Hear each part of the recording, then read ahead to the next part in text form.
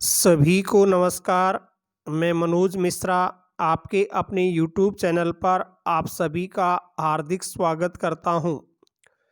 आज के इस वीडियो में हम पढ़ने जा रहे हैं संस्कृत भाषा के अंतर्गत सूक्तियों से संबंधित प्रश्न।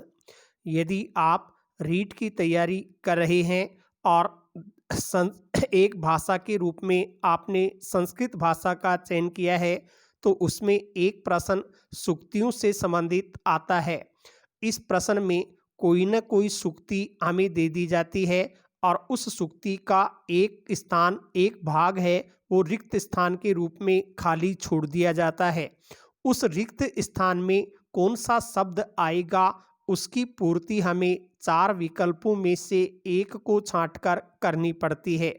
तो आज के इस वीडियो में हम उन्हीं सूक्तियों से संबंधित प्रश्न लेकर के आए हैं, या यूं कहें सूक्तियों को लेकर के आए हैं। ये सभी सूक्तियां वर्तमान सत्र 2020-21 में हमारे विद्यालयों में संचालित NCERT की जो पाठ्य पुस्तकें हैं उनमें से कक्षा 6 और कक्षा 7 की पाठ्य पुस्तकों में जो सूक्तियां सम्मिलित की गई हैं उन सूक्तियों को हमने इस वीडियो में संकलित किया है। सूक्तियों का यह पहला भाग है। इसमें केवल 6 और 7 कक्षा में प्राप्त होने वाली सूक्तियों को लिया गया है। आगे कक्षा 8, कक्षा 9 और कक्षा 10 में जो सूक्तियां हमें प्राप्त होंगी उनको अलग वीडियो में लेकर के हम हाजिर होंगे। तो देखिए, आपको इन सूक्तियों में शब्दों को ध्यान में रखना है कि कौन सा शब्द कहाँ पर आएगा। वैसे तो आपको प्रश्न इसी रूप में तैयार करना होगा, लेकिन हम यहाँ इनके भावार्थ को भी आपके सामने प्रस्तुत कर रहे हैं जिससे याद करने में आपको आसानी हो सके, सरलता हो सके। तो चलिए, क्या है सूक्तियाँ। वैसे सूक्तियाँ का अर्थ होता है सुधन उक्तियाँ, अच्छी बातें, कि जो बातें हमें सुनने में अच्छी लगती हैं, सभी लोगों के द्वारा जिनका पालन किया जा सकता है उनको ही हम सूक्तियाँ कहते हैं। सुभाषितानि भी कह सकते हैं। तो चलिए, पहली सूक्ति आपके सामने है। आत्म दुर्व्यवहारस्य फलम भवति दुःखदम तस्मात् सद्व्यवहर्तव्यम मानवेन सुखेषिणा। इसका अर्थ क्या होता है कि आत्म दुर्व्यवहार से, अपने दुर्व्यवहार का फल है वो दुखदम, दुखदाई, भवती होता है।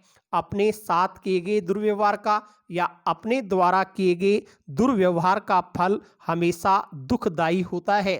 तस्मात्, इसीलिए सुखेषिणा, सुख चाहने वाले मानवेन, मनुष्य को हमेशा सद्व्यवहर्तव्यम, अच्छा आचरण ही करना चाहिए, अच्छा व्यवहार ही करना चाहिए। अपने द्वारा या अपने से किए गए दुर्व्यवहार का फल हमेशा दुखदाई होता है। इसलिए जो मनुष्य सुख चाहता है उसे हमेशा सद्व्यवहार, अच्छा आचरण ही करना चाहिए। कोई भी एक शब्द छोड़ दिया जाए और उसकी पूर्ति हमें इनमें से करनी होगी। दूसरी सूक्ति आ रही है। उद्यमेन ही सिद्ध्यन्ति कार्याणि न मनोरथैः न ही सुप्तस्य सिंहस्य प्रविशन्ति मुखे मृगाः। इसमें कवि क्या कहना चाहता है कि कार्याणि, कार्य हैं वो उद्यमेन, परिश्रम से ही, सिद्ध्यन्ति, सिद्ध होते हैं। हमारे कार्य परिश्रम करने से ही सिद्ध होते हैं। न मनोरथ ही, मन में इच्छा करने से नहीं, केवल मन में सोचें तो पूर्ण नहीं होते। जैसे उदाहरण दिया है, न ही सुप्तस्य सिंहस्य प्रविशन्ति मुखे मृगाः। न ही सुप्तस्य सिंहस्य प्रविशन्ति मुखे मृगाः, कि सोए हुए शेर के मुख में मृगाः, जानवर, मृगाः वैसे हिरण अर्थ में आता है लेकिन यहाँ सभी जानवरों के लिए लिया जाएगा। मृगाः, जानवर, न ही प्रविशन्ति, अपने आप प्रवेश नहीं करते हैं। यदि शेर को भोजन करना है तो उसे उठना होगा, जानवर के पीछे दौड़ लगानी होगी, तभी उसे भोजन की प्राप्ति हो सकती है। यदि आप भी भर्ती परीक्षा में सफल होना चाहते हैं तो उठो, मेहनत करो, मेहनत करोगे तो ही आपको अपनी मंजिल प्राप्त होगी। यदि आप केवल मन में ही सोचते रहें कि मेरी तो वैसे ही रीट में फर्स्ट रैंक आ जाएगी, मैं तो पास हो ही जाऊंगा, सोचने से नहीं होगा। मेहनत करोगे, परिश्रम करोगे तो ही आपको सफलता की प्राप्ति होगी। फिर देखिए, पुस्तके पठितः पाठः जीवने नैव साधितः किम भवेत तेन पाठेन जीवने यो न सार्थकः। इसमें कवि क्या कहना चाहता है कि पुस्तके पठितः पाठः, पुस्तक में पढ़ा हुआ पाठ, पुस्तक में यदि हम कोई पाठ पढ़ते हैं तो पुस्तक में पढ़ा हुआ पाठ है वो जीवन में कभी सिद्ध नहीं होता है। सिद्धांतिक बातें हैं वो जीवन में लागू नहीं होती हैं।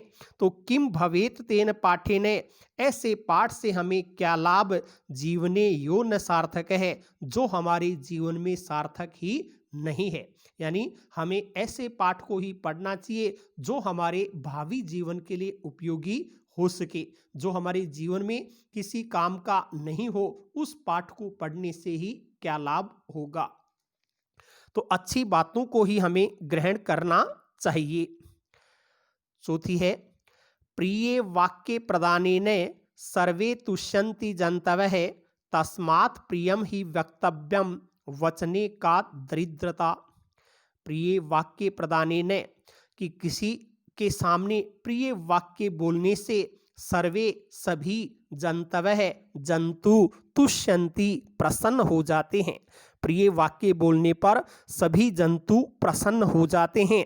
तस्मात्, इसलिए हमें प्रियम ही वक्तव्यम, प्रिय ही बोलना चाहिए। वचने का दरिद्रता, बोलने में कभी दरिद्रता नहीं होनी चाहिए, कंजूसी नहीं बरतनी चाहिए। प्रिय वाक्य ही सदैव हमें बोलने चाहिए। फिर है, गच्छन पीपीलको याति योजनानां शतान्यपि अगच्छन वेन तेयोपि पदमेकम न गच्छति। इसमें कवि क्या कहना चाहता है कि गच्छन चलती हुई, या मुख्यतः ये चलता हुआ, पीपीलक है नर चींटी, नर चींटा जो होता है वो योजना नाम शतान्यपि याति, सैकड़ों योजन दूर चला जाता है। कि चलता हुआ जो चींटा है, नर चींटी है, वो सैकड़ों योजन दूर चली जाती है, सैकड़ों योजन दूर चला जाता है। लेकिन अगच्छन, नहीं चलता हुआ, वेन तेयो अपि, गरुड़ भी पदमेकम न गच्छति, एक कदम भी आगे नहीं बढ़ पाता है। अर्थात जो चलता रहता है वो एक ना एक दिन निश्चित मंजिल को प्राप्त कर लेता है, और जो नहीं चलता, रुक जाता है, वो कहीं भी आगे नहीं बढ़ पाता है। इसलिए यदि आप भी अपनी मंजिल पर पहुंचना चाहते हैं, एक शिक्षक बनना चाहते हैं, तो चलते रहिए, लगातार पढ़ते रहिए, बिल्कुल मत रुकिए। यदि आप लगातार पढ़ते रहेंगे तो निश्चित रूप से आपको अपनी मंजिल प्राप्त होगी, इसलिए चलते रहें। फिर है, काकः कृष्ण है पिकः कृष्ण है को भेद है पिक काकयो वसंत समये प्राप्ते काकः काकः पिकः पिकः। कवि कहता है कि काकः, कौवा भी कृष्ण है, काला होता है। पिकः कृष्ण है, कोयल भी काली होती है। कौवा भी काला होता है, कोयल भी काली होती है। फिर को भेद है पिक काकयो, उस पिक और कोयल, जो पिक यानी कोयल और काक कौवा है, उन दोनों में भेद कैसे किया जाए। दोनों काले होते हैं, आकार भी एक जैसा होता है, तो फिर दोनों में भेद कैसे हो सकता है। इसका उत्तर है वसंत समये प्राप्ते, कि वसंत ऋतु का समय आने पर काकः काकः, कौवा तो अपनी कड़वी आवाज से सबको दुख पहुंचाता है, पीड़ा पहुंचाता है, और पिकः पिकः, कोयल अपनी मधुर वाणी से सबको आकृष्ट कर लेती है।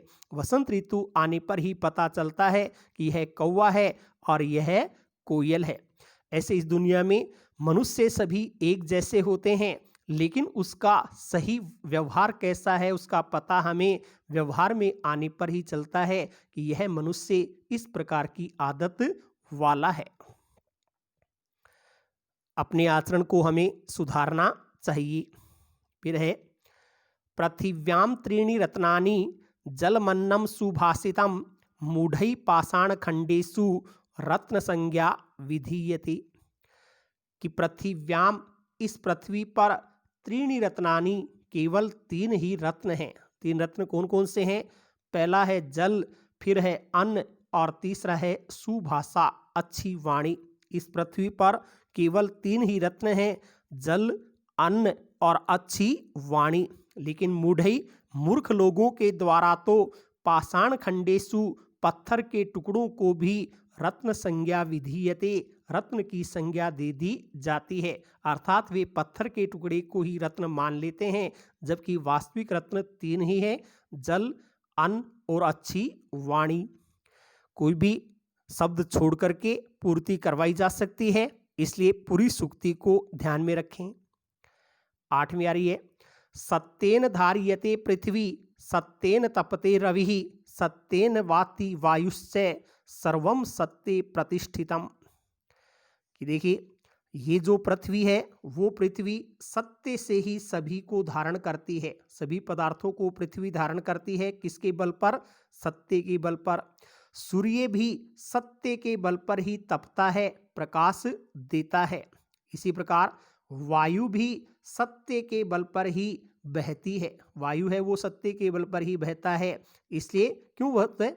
क्योंकि सब कुछ सत्य में ही प्रतिष्ठित है, सत्य में ही सब कुछ छिपा हुआ है। हम इसलिए कहते हैं सत्यमेव जयते, सत्य की ही विजय होती है।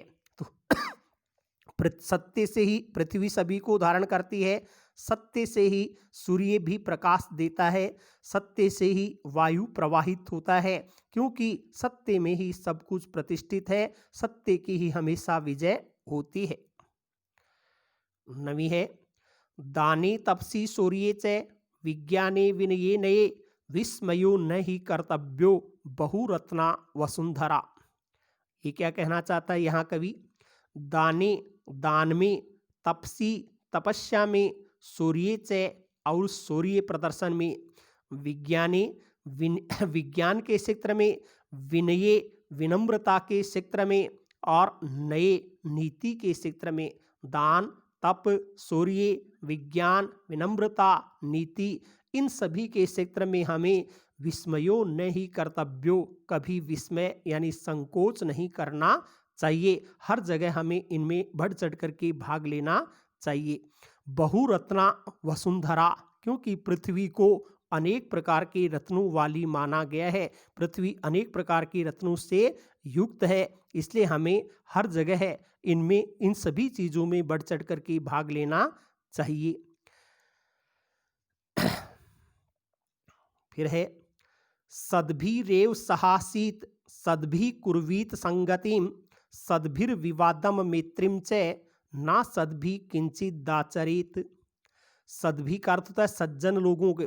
तो सद्भि रेव सह आसीत, हमें सज्जन लोगों के साथ ही बैठना चाहिए।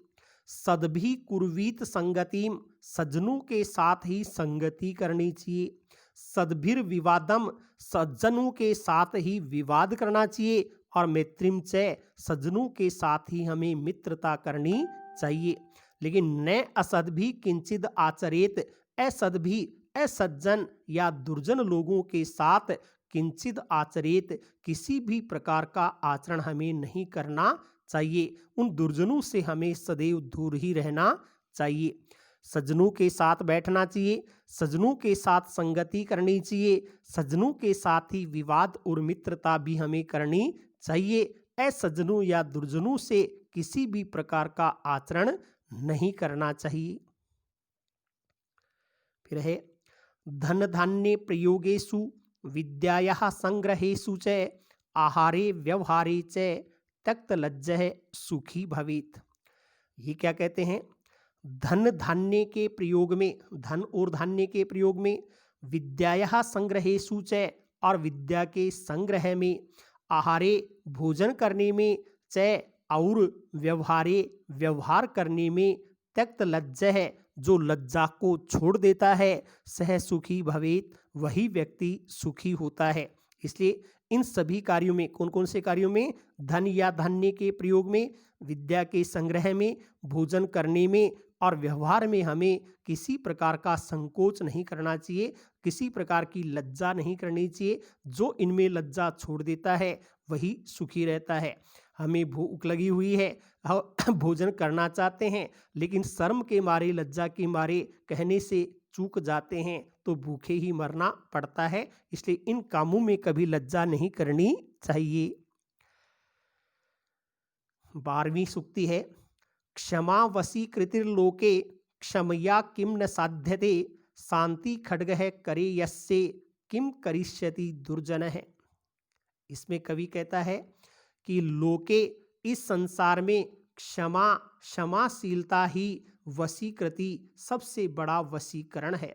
इस संसार में क्षमा करना ही, माफ कर देना ही वशीकरण का सबसे बड़ा साधन है। क्षमया किम न साध्यते, क्षमा के द्वारा क्या नहीं साधा जा सकता है। क्षमा से सब कुछ साधा जा सकता है।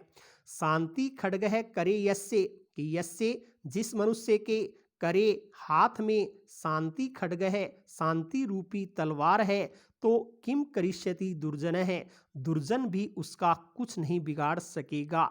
इसलिए हमें क्षमा की भावना रखनी चाहिए, दूसरों को क्षमा के साथ अपना जीवन आगे बढ़ाना चाहिए। क्षमाशीलता ही सबसे बड़ा आभूषण है।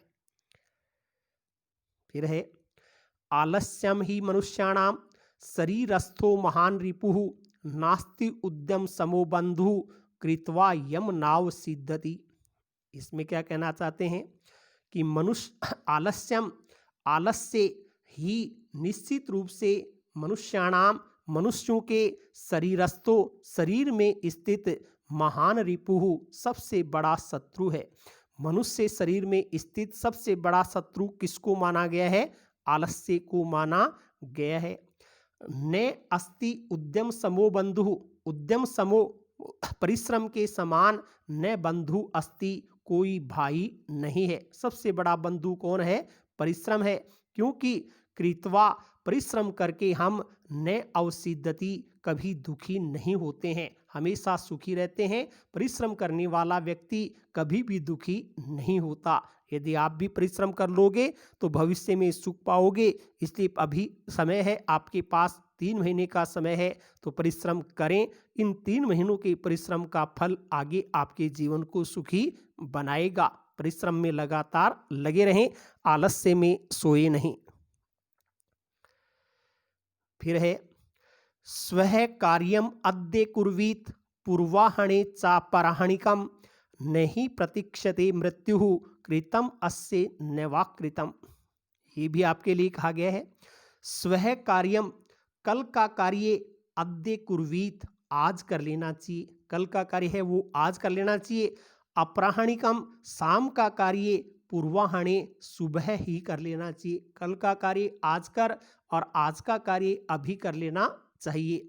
क्योंकि नहीं प्रतीक्षते मृत्यु, मृत्यु किसी की प्रतीक्षा नहीं करती कि कृतम अस्य नैवाकृतम, किसने कार्य कर लिया है अथवा नहीं किया है। इसलिए आपको यही कहना चाहते हैं कि काल करे सो आज कर और आज करे सो अब। कल का कार्य आज करो, आज का कार्य अभी करो। और यदि आप ये सोचेंगे तो मैं कल पढ़ लूँगा, आज क्या जरूरत है, आज थोड़ा सो लेता हूँ, ऐसे सोचते रहे तो कभी आपको सफलता प्राप्त नहीं होगी। सफलता के लिए यही सिद्धांत अपनाना पड़ेगा।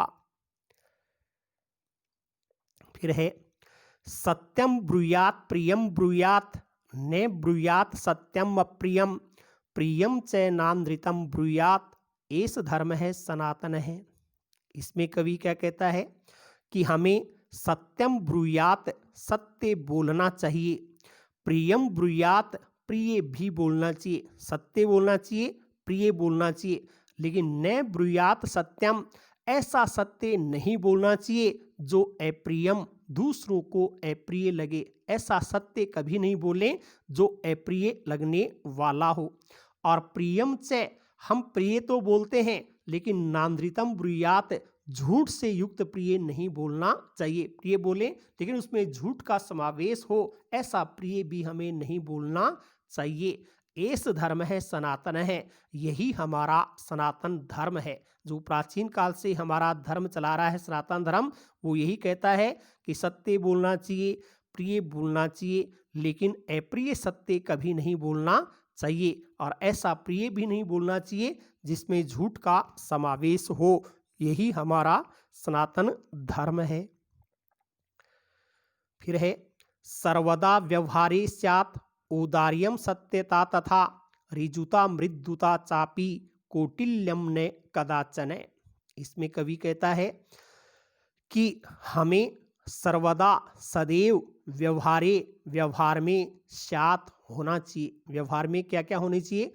औदार्यम उदारता होनी चाहिए, सत्यता होनी चाहिए, ऋजुता सरलता होनी चाहिए और मृदुता कोमलता होनी चाहिए। कि हमारे व्यवहार में सदैव उदारता, सत्यता, सरलता एवं मृदुता कोमलता का समावेश होना चाहिए। क्या नहीं होना चाहिए?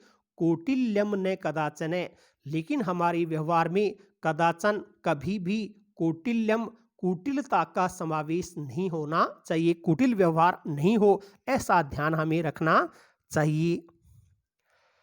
फिर है श्रेष्ठम जन्म गुरुम चापी मातरम पितरम तथा मनसा कर्मणा वाचा सेवेत सततम सदा। इसमें किसकी सेवा हमें करनी चाहिए ये बताया गया है। श्रेष्ठम जन्म श्रेष्ठ मनुष्य, गुरुम गुरु, मातरम माता तथा पितरम और पिता। श्रेष्ठ मनुष्य, गुरु, माता और पिता, इन सभी की हमें मनसा मन से, कर्मणा कर्म से और वाचा वाणी से सदा और नित्य सेवा करनी चाहिए। किन किन व्यक्तियों की सेवा करनी है? श्रेष्ठ मनुष्य, गुरु और माता पिता, ये हमेशा पूजनीय होते हैं। अतः हमें मनसा वचसा कर्मणा, मन से, कर्म से और वाणी से सदा इनकी सेवा करनी चाहिए। 18वां प्रश्न है मित्रेण कलहम कृत्वा न कदापि सुखी जनः इति ज्ञात्वा प्रयासेन तदेव परिवर्जयेत्। इसमें कवि कहता है कि अपने मित्र के साथ कलह करके, लड़ाई झगड़ा करके मनुष्य कभी भी सुखी नहीं हो सकता है।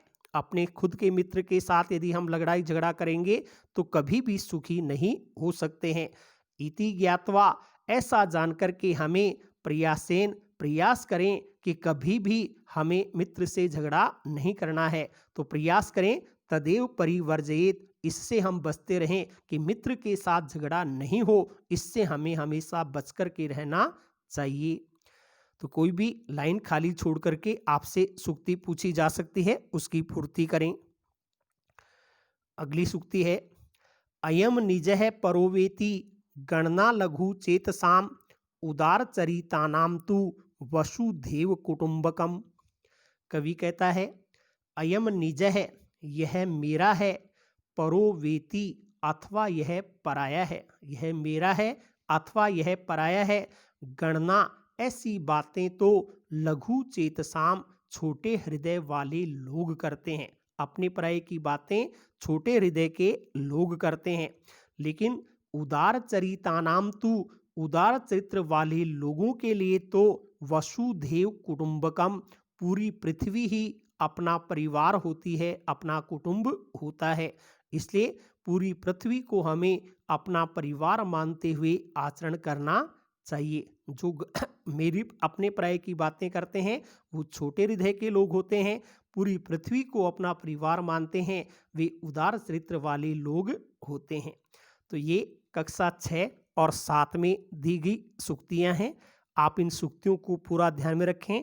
कोई भी जगह खाली छोड़ करके उसमें शब्द की पूर्ति करवाई जाएगी, तो अर्थ को ध्यान में रखते हुए भी आप इनकी पूर्ति कर सकते हैं। सभी को बहुत बहुत धन्यवाद।